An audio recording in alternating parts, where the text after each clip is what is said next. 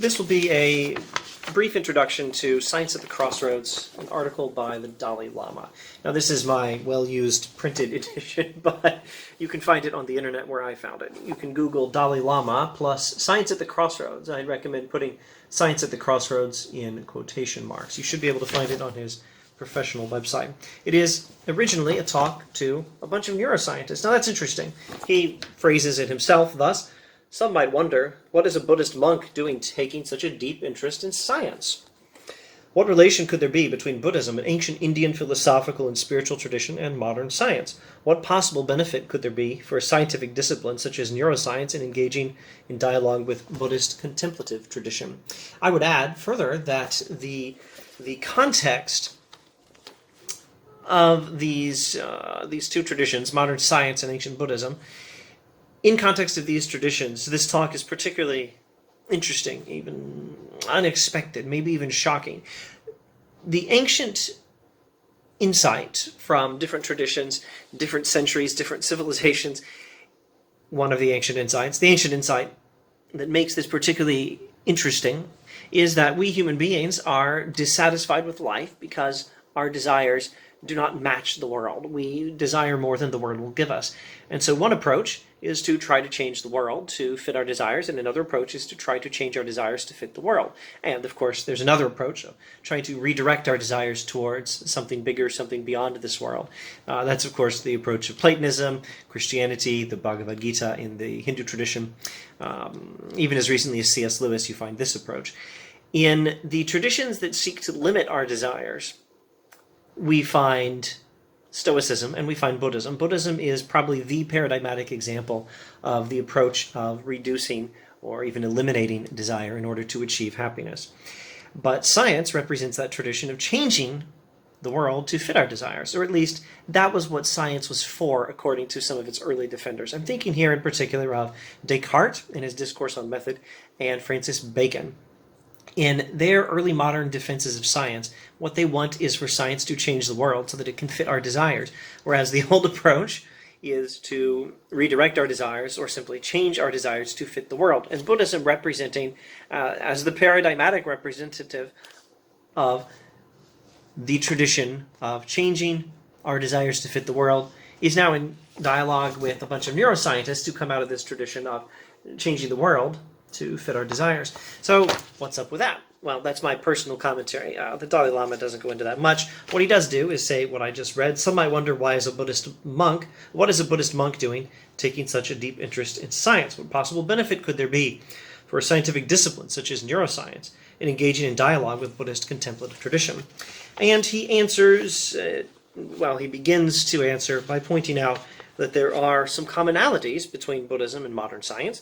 They're both suspicious of absolutes. They both are empirical in their methodologies. That is to say, they both treat knowledge as coming from experience. And the Dalai Lama explains Buddhism doesn't actually have any dogmas.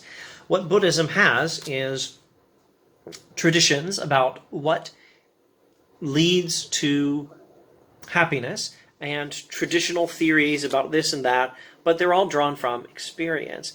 And they're all modifiable in light of future experience. Its most sacred traditions, its most sacred teachings, its most sacred sources of authority can all be sacrificed to the light of experience if experience should turn up good evidence against them. And so there's more potential consistency and agreement between Buddhism and science than one might initially think. So says the Dalai Lama, but of course there's more. What possible benefit could there be, he says, to neuroscience and something like Buddhism working together? Well, what Buddhism has to offer is a long tradition on what sort of practices contribute to happiness. Let me read some from the text. Buddhism has long argued for the tremendous potential for transformation that exists naturally in the human mind.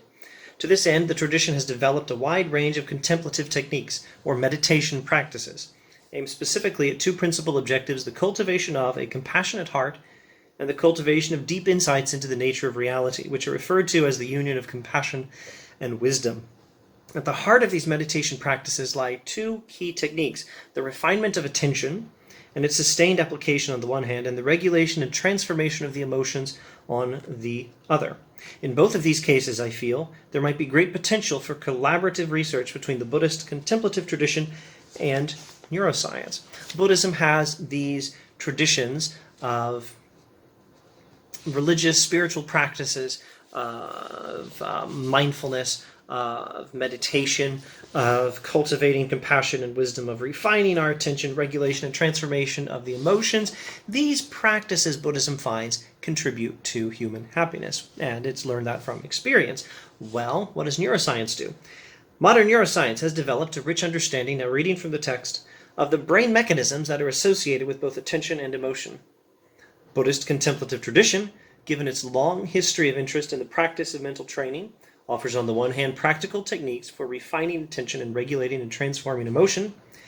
The meeting of modern neuroscience and Buddhist contemplative discipline, therefore, could lead to the possibility of studying the impact of intentional mental activity on the brain circuits that have been identified as critical for specific mental processes. Let me try to summarize some of this. Buddhism supplies the practices. Modern neuroscience studies how it works. And Buddhism gives modern neuroscience some things to look at, some practices that seem to support human happiness, that have long empirical support in their favor, because we found over many centuries that these things work. And modern neuroscience can check on that. It can study the underlying brain mechanisms. Buddhism can give us a path, something like a research program for neuroscience, and neuroscience can give Buddhism a better understanding of what's actually going on in the brain with how these practices affect the brain. And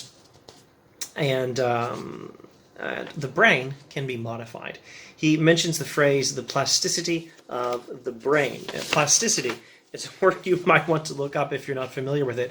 It basically means the changeableness of the brain. The brain can be changed. And he says Buddhism has found that the mind and human experience can be changed by these meditative practices. And neuroscience apparently finds the brain can be changed. And it finds practices like these can change the brain. So, of course, what we have here is potential for a very rich dialogue and some mutual benefits in neuroscience and Buddhism, and potential for both of them working together to contribute their own insights towards a better understanding of some things that lead to human well-being. There are some reasons to be cautious. You don't want to simply assume that there will not be difficulties. It is inevitable that when two radically different investigative traditions like Buddhism and neuroscience are brought together in an interdisciplinary dialogue, this will involve problems that are normally attendant to exchanges across boundaries of cultures and disciplines.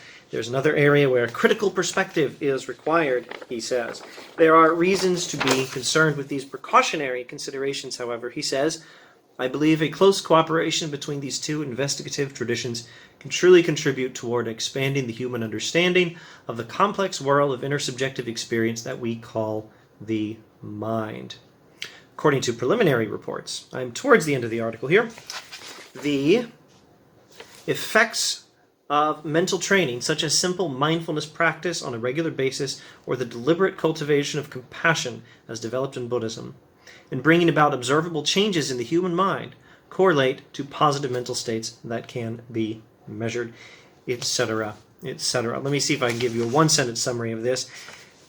Human well-being can be increased by a better understanding of what practices change our minds, change the workings of our brains in order to bring about greater happiness. Buddhism supplies a long experience with practices that lead towards this goal.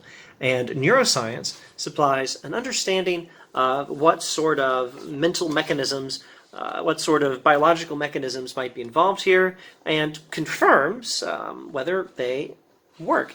And I would add that in a different source of research, you can find some information from a philosopher named Jeffrey Schwartz, where he argues that Buddhist mindfulness can actually cure obsessive-compulsive disorder. The project that Dalai Lama is talking about here is ongoing. People are working on it, and it's showing some very promising results. I'll see if I can give you a link.